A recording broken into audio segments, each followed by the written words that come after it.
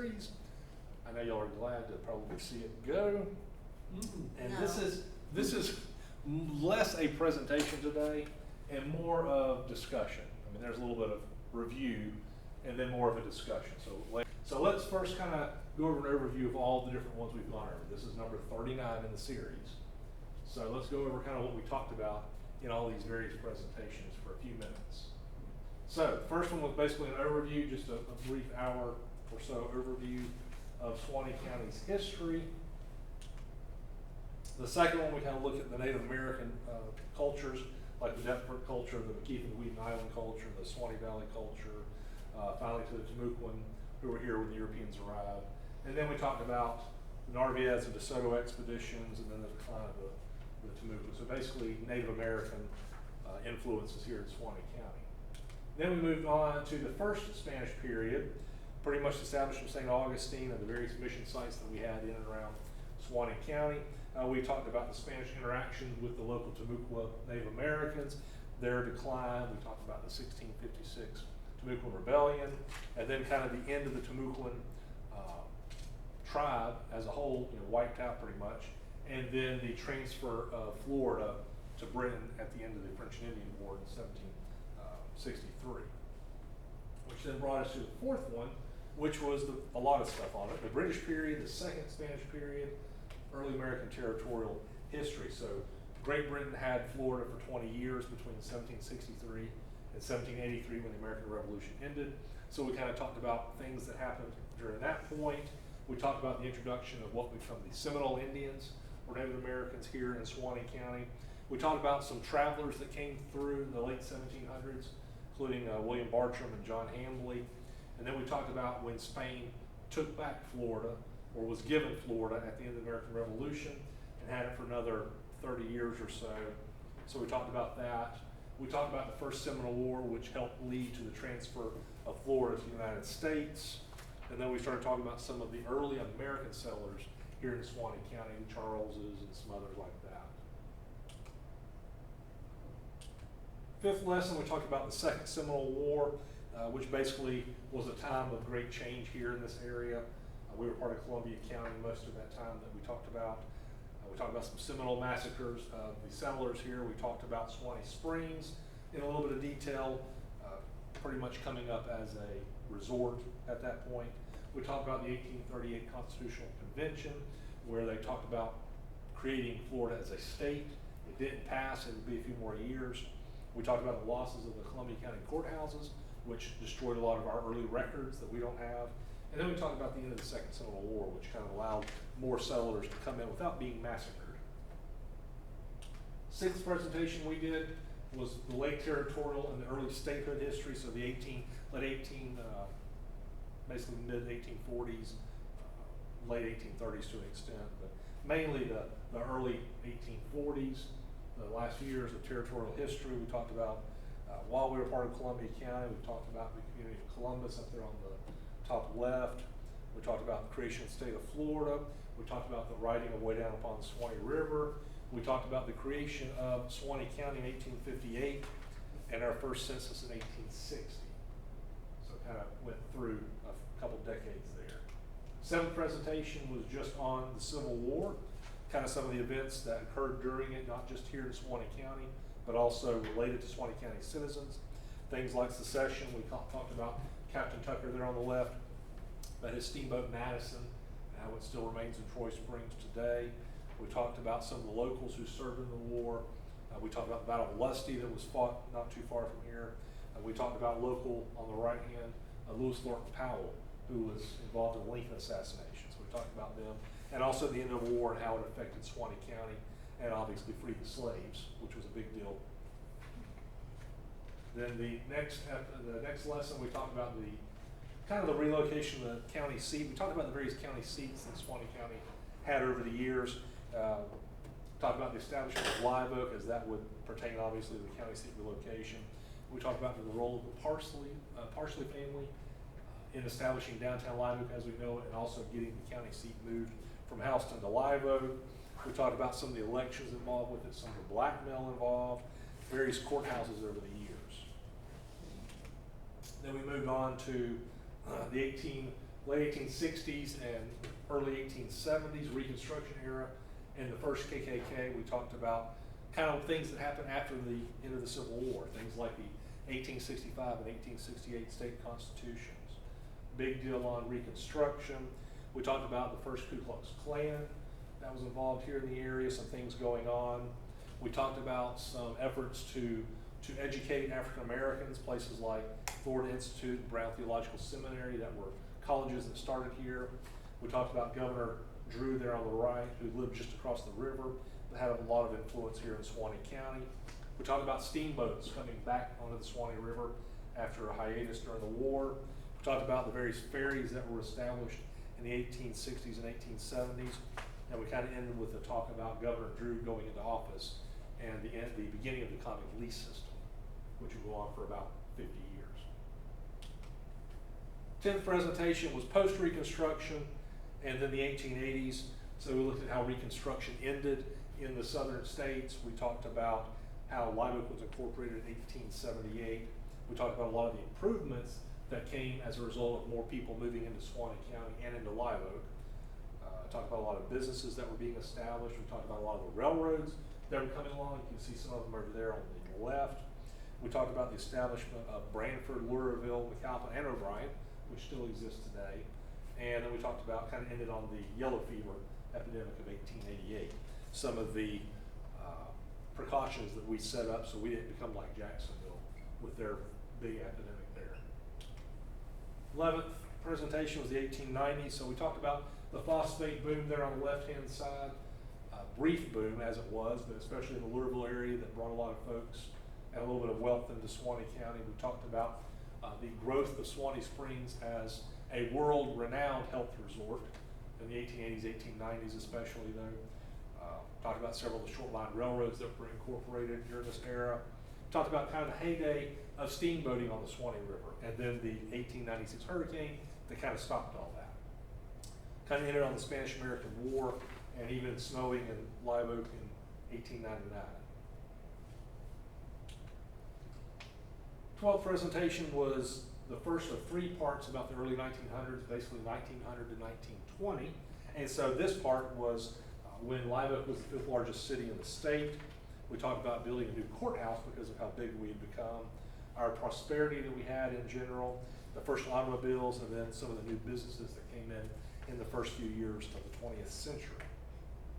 Then 13th presentation was part 2 of that, where we talked about the late aughts, like 1908, 9, those kinds of things, up through the early 19-teens, including a new city hall in Live Oak, Confederate Veterans Convention, that first generation of vehicle bridges that were built over the Suwannee River to allow more automobiles. We talked about the waning days of steamboating, several railroads that were established, some of the last railroads really to be established in Suwannee County, and then improvements in and around Live Oak, like the old post office there on the right-hand side. Presentation 14 was the early 1900s, part 3, and we talked about the latter 19-teens, things like Richard Sears of Sears and Roebuck buying up a lot of the property out around Dowling Park especially, but other places in Suwannee County, some of that timberland from the Dowling family right before he passed. We talked about Suwannee Springs in more detail. We talked about the first Suwannee County Fair. We talked about some of the communities that we have that were growing by leaps and bounds. We talked about the establishment of the Advent Christian Village. That still exists today. We talked about that major economic hit when cotton was destroyed by the boll weevil, and that lost our cash crop. And then we talked about, kind of ended with the election of Kerry Hardy of Live Oak as governor in 1920. Then lesson 15 was the 1920s. Talked about the rise of tobacco as the major crop to replace cotton and how it was around for 50 years as the major crop. We talked about the organization of several clubs like the Kiwanis and Rotary clubs. We talked about the governorship of Governor Hardy. We talked about the last steamboats on the Suwannee River. We talked about Ruby Strickland, who was from Dowling Park, moved to Live Oak, became the first female mayor south of the Mason-Dixon line after universal suffrage. We talked about some of the new businesses, some of the new schools that were being built in the 1920s. We talked about, even though we have progress, we still have things like gunfights in the streets. We We talked about the flood of 1928 over there on the right, and kind of ended with the discussion, or a mention, of the stock market crash in 1929, which kind of then started out our discussion in the 1930s, the next presentation, kind of the results of that, which we already were kind of economically hard hit from the loss of cotton and stuff. Talked about the reintroduction of Chamber of Commerce, which again would not last at that point. Talked about several new bridges, like our second generation of vehicle bridges that were being built. Talked about the American Legion in a little bit of detail. Several schools, more clubs being established. We talked about when FDR became president in 1933, some of the programs he instituted, like the Works Project Administration, which led to a lot of things being built, schools, armories, road improvements, those kinds of things. Talked about way down upon the Suwannee River becoming the state song of Florida. Some more shootouts that we talked about, and then some more new businesses. Presentation 17, we talked about the early 40s, basically World War II era, which was 1939 to 1945. We got involved in 1941. We talked about some of the citizens who fought in it, who died in it, some of the rationing and the results of what was going on over the seas, affecting at home with rationing and things like that. Life going on though, however, and even a lot of improvements. We talked about the 1944 murder of Willie James Howard, and then kind of ended on the end of World War II there on the right hand side, signing of surrender on the USS Missouri. Then we moved on to a presentation of the late 1940s and up to about 1952-ish. Talked about the post-war era, kind of an economic boom of sorts. Talked about the Chamber of Commerce being reestablished after the war. We talked about Suwannee County going dry, and that lasted for about 60 years or so. Talked about several new businesses. We talked about Florida Memorial College, which had been Florida Institute originally for African American Learning, how that shut down and moved out of town, and it's now Florida Memorial University down in Miami.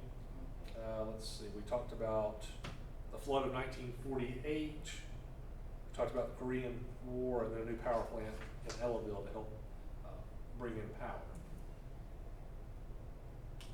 Presentation 19 was strictly on Ruth McCullum, the incidents surrounding her life, her involvements here in Suwannee County, especially focused on the Bolita that her husband, Sam, ran, that illegal gambling empire. We talked about her murder of Dr. Clifford Leroy Adams in 1952, and kind of the historical impact of the trial, since she had born a child of his, and that kind of issue with what some people call paramour rights and kind of vestiges of slavery still coming forward, and how that kind of was stopped after that point. So we talked about that pretty much the entire presentation, all the things going on with that. 20th presentation was the mid-1950s, basically 1952, up through Hurricane Dora in 1964. So we talked about a lot of modernization in Suwannee County, like electricity, telephone service being provided not just to the towns, but the rural areas also. A lot of road changes, like in downtown Live Oak, where US 90 and US 129 were rerouted, and how that affected a lot of businesses. We talked about the Coliseum being built, a lot of school construction changes as the school numbers went down. As the numbers went down, schools, as more and more kids shifted from 1 and 2 room schools to the larger schools. We talked about Beulah the dog, the hunting dog, not hunting dog technically, the convict chasing dog, Sheriff Hugh Lewis, that kind of had national news. Talked about the Suwannee River Jamboree program that went on for several years. Talked about the end of the independent Live Oak Creek Gulf Railroad. Talked about the death of Governor Hardy. Talked about the creation of the Sheriff's Boys Ranch north of Live Oak. Our centennial celebration in 1958. Talked about our connection with Gary Powers, U-2 shoot down incident in 1960. And we kind of ended with Hurricane Dora there on the right in 1964, which up until that time was our worst natural disaster. Obviously, in the last few years, we've had a few more. Presentation 21, we talked about the mid-1960s, basically from Dora on, and then through the 1970s. So we talked about the after effects of Dora, how a lot of businesses moved, a lot of old buildings were torn down, those kinds of things. We talked about newer schools. We talked about desegregation in the late 60s, end of the Vietnam War, 1975, the interstate system coming in. We talked about water management district being established. Talked about the Suwannee Valley Transit Authority being established to help those who don't have their own rides. A lot of new construction. Talked about some destruction of some buildings like the Alomar Theater there on the right. And we kind of ended with the late 70s talking about things like Ted Bundy coming through Suwannee County, leaving his last victim here. 22 was the 1980s through today. So we talked about Reaganomics kicking in when President Reagan came into office. Private purchase of what we call the Spirit of the Suwannee today. We talked about Patches the horse, which was kind of a little celebrity in the United States for a little while. We talked about historic preservation, kind of delayed and belated, but historic preservation of several buildings, including the freight depot that's now the museum. We talked about a lot of banks, the local banks being transferred to regional or national ownership, selling out. We talked about Aline Wuornos, female serial killer who one of her last victims' vehicles was found in Suwannee County, which meant she was in Suwannee County. We talked about the new libraries, including this one we're in today, being built. We talked about new schools. We talked about our state championship football team and Brain Bowl teams. We talked about Desert Shield, which then became Desert Storm, and some of our men and women who served in that. We talked about Tropical Storm Debbie, which hit in 2012, which at that point was now the worst natural disaster. Of course, 10 years later, we have some more that were even worse, including Hurricane Debbie. And then we talked about kind of the rise of ecotourism in Suwannee County. So those pretty much ended the chronological study of Suwannee County. And then we went into topical studies. So starting with 23rd presentation, we talked about crime in Suwannee County throughout its history, all the way back to the Temuco and the Spanish, all the way forward to people like Ted Bundy. Some great folks in there. Then we talked about railroads, how railroads have impacted Suwannee County's history, and pretty much every existing community that we have today is from the railroad of some way, whether it's Live Oak, Branford, Welborn, Dowling Park, McAlpin, O'Brien, they're all because of the railroads. So the great impact railroads have had on Suwannee County's history. Then we moved on to a discussion of military history, all the way back to the Native Americans fighting one another on this property, on this land, to fighting the Spanish, to the various interactions in foreign wars, plus like the Second Seminole War that was fought partly here, the Civil War, things like that, all the way up to the War on Terror and beyond.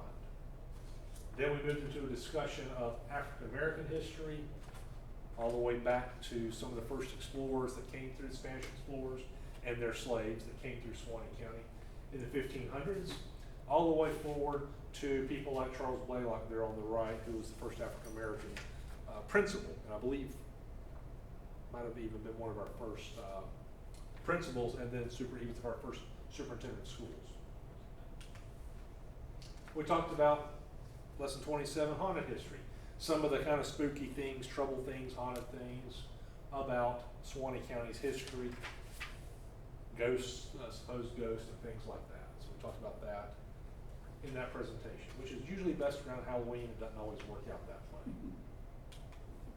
28 weeks, then we kind of went into a shifting of individual communities. We looked at their entire history in one lesson. So lesson 28 was the discussion of Live Oak. And then we discussed next Branford. I kind of went in order of size. So it was Live Oak, then Branford. We talked about Branford and surrounding areas and some of its former names, because it was not always called Branford. We looked at then the history of Dowling Park, and of course the Adam Christian Village, which allows Dowling Park to still exist today. Then we looked at Welborn and what it had been before, which was called Little River, but Welborn as it is today, the Blueberry Festival, which I believe was just this past weekend, how that brings a lot of people in. Then we looked at the history of McAlpin, from its naming by Daniel McAlpin there on the left to its current laid-back, quiet little community era, everything in between. We looked at O'Brien and its long history and its accidental misspelling of the guy's name that it was named after for a little while, so that was fun. Then we kind of shifted gears a little bit more. We went to the courthouse clock tower, kind of a brief history of all the various courthouses in Suwannee County. But then we focused the majority of it on the clock tower. We focused on renovations to it, kind of some of the details of it that I had done years ago for a clock making society out in Tallahassee. Then we looked at lesson 35, farms to factories, kind of the shift from the majority of the folks being involved in agriculture to folks being diversified to ecotourism, factories, hotels, those kinds of things. A lot of different events, government. 36, we talked about women's history, even though it's not as prominent as men's history, obviously. How women were sometimes at the forefront, but often in the back, pushing people along and doing lots of things, all the way back from the Tunica Indians, and how the women kind of did most of the farming and stuff around the house, but also the farming while the men went out to hunt, all the way forward to our first female circuit judge, Katie Land there on the right hand, that just took over this year as circuit judge. Then we talked about school history. And we talked about how they went from you got taught by your parents, maybe the Bible, those kinds of things, very limited ability to read, to the one-room schoolhouses that we had through much of our history, and then finally into the, by the time you got to the early 1900s and mid-1900s, you've got a lot of consolidation of schools as you've got automobiles and buses, better roads, and so you could do a lot more and get a lot further. And so we have the rise of the bigger schools like Suwannee High and Branford High and those kinds of things. And last month we talked about transportation, because I already talked about railroads, so I talked about other kinds of transportation. So we looked at things like ferries, we talked about aircraft, we talked about steamboats, those kinds of things, and how they've impacted Suwannee County over the years. And then obviously today we are doing our series conclusion and discussion. And so that's kind of the end of the review. So